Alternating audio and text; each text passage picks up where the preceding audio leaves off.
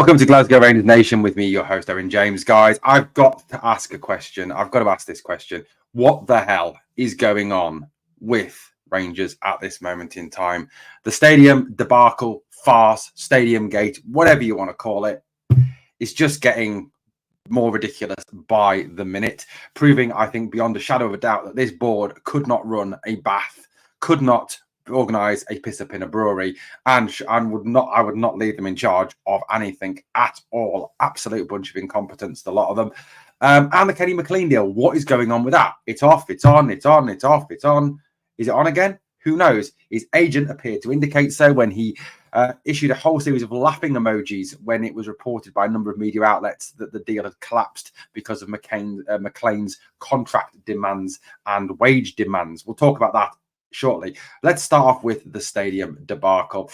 Well, I've seen a few funny jokes in relation to the election, likening a certain political party's performance to the back of the Copeland Road stand, which I did think was very funny. I'm not going to mention it, don't want to get political, but it was a funny joke.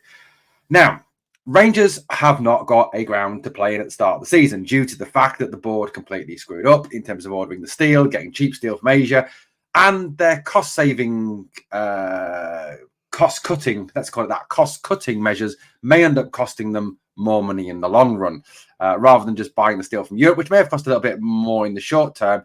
This could end up costing us a lot more in the long term, typical of, obviously, the way that this club is being run by the absolute muppets that run this club. So, if Rangers use Hampden Park, which appears to be the favourite destination of Rangers, given the fact that it's in the city of Glasgow, obviously, and the capacities are roughly similar between Hampden and Ibrox. So therefore, obviously, then there's also previous for this as well. Celtic have used it. Hampden is also a football ground, unlike Murrayfield, which is a rugby ground, different pitches as well. Rugby pitches are slightly longer than football pitches, just the way it is. I know they can cut it, but it is also a slightly different surface as well. Anyway, let's talk about why it's going to cost Rangers more. Well, it now emerges that if Rangers want to use Hampden Park for the start of the season, for at least the first 2, possibly 3 home games of the season in the league, plus in Europe, it does indicate that Rangers don't want to split their ties between Murrayfield and Hampden. They want to choose one venue and stick to it. Appears to be Hampden by what is being discussed in the media at this moment in time, and appears to be coming out of the club from reliable sources.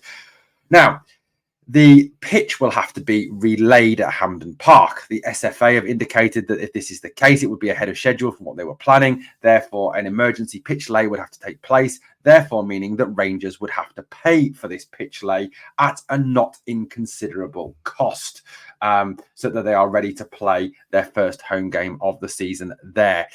So it's going to cost us an absolute arm and a leg to lay a pitch at the National Stadium, which then we'd only benefit from for a few games and then would be passed over to the SFA and we'd receive no compensation for that. Well done, Rangers board. Fantastic. Well done, guys. And if it's still out, obviously, beyond August, we may have to use it in September as well. Again, cost of rental of the stadium from the SFA.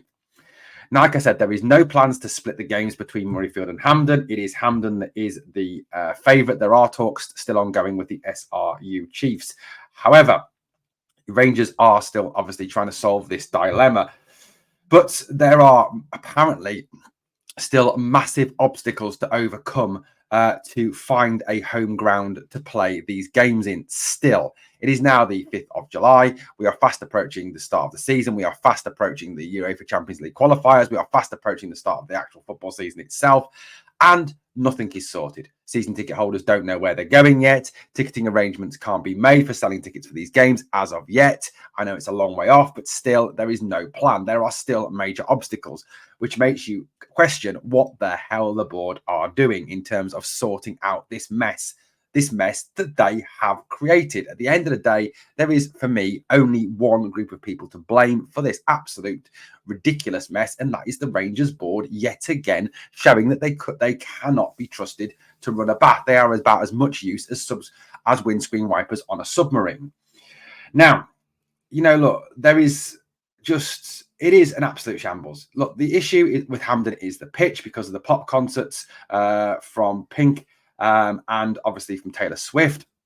So there is a need to relay that. Now, as well, apparently, to use the lay and play pitch technology to ensure a quick turnaround, which is the same thing that Wembley did 12 months ago, after a Harry Styles concert. The ground cost an absolute arm and a leg to replace.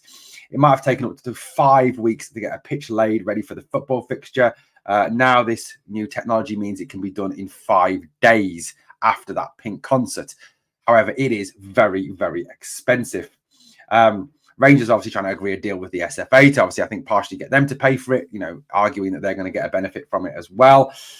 It's just an absolute ridiculousness. In addition to that as well, Rangers may end up having to pay Queen's Park a compensation fee as well for use of the ground as well. So having to pay out twice now. So rent, new pitch, and pay Queen's Park. So a cost-cutting measure that was supposed to save the club money by buying steel from Asia could actually end up costing the club a whole lot more.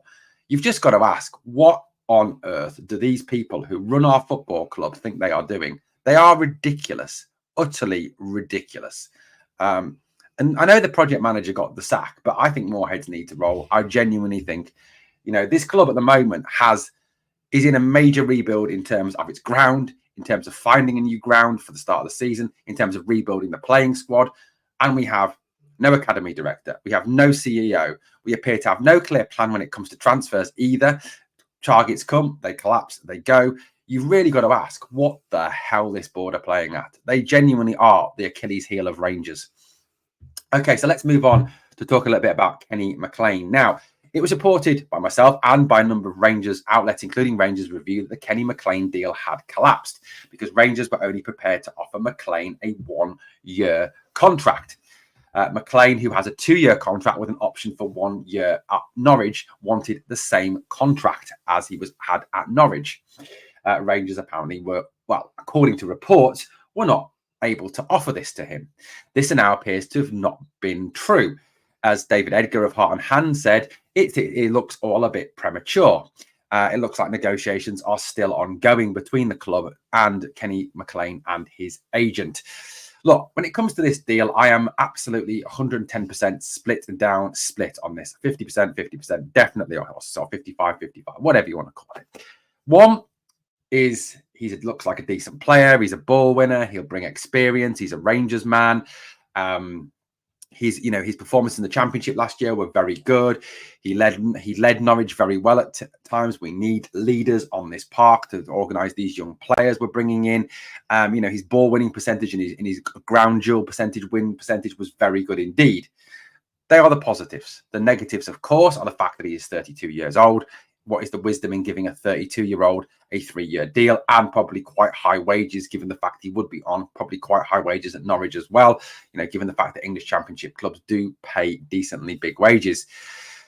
It's that is the main stumbling block, and I think we've also had a situation where we have in the past being very much scarred from signing these older players from the Championship with injuries and other things. I'm not saying Mclean is injury prone. I'm sure he isn't, but it is a difficult decision, in terms of what is the best plan for Kenny Mclean. Is he a good signing for Rangers? Is he not a good signing for Rangers? Guys, give me your opinions again. And look, we'll trust Coppen. We'll trust Clement. I think that's what we have to do at the end of the day. But look, I trust Niels Coppen. I trust Philippe Clement. I do not trust John Bennett and the Rangers board as far as I could throw them. Well, guys, let me know what you think of the stories we've just covered in this very brief video. We'll obviously get a bit more explanation for some of those, especially the Mclean deal, tomorrow. Thank you for watching. Please hit that sub. And as always, on the way out, if you can do me 2 favors. 1, smash that like. And number 2, remember always, we are the people.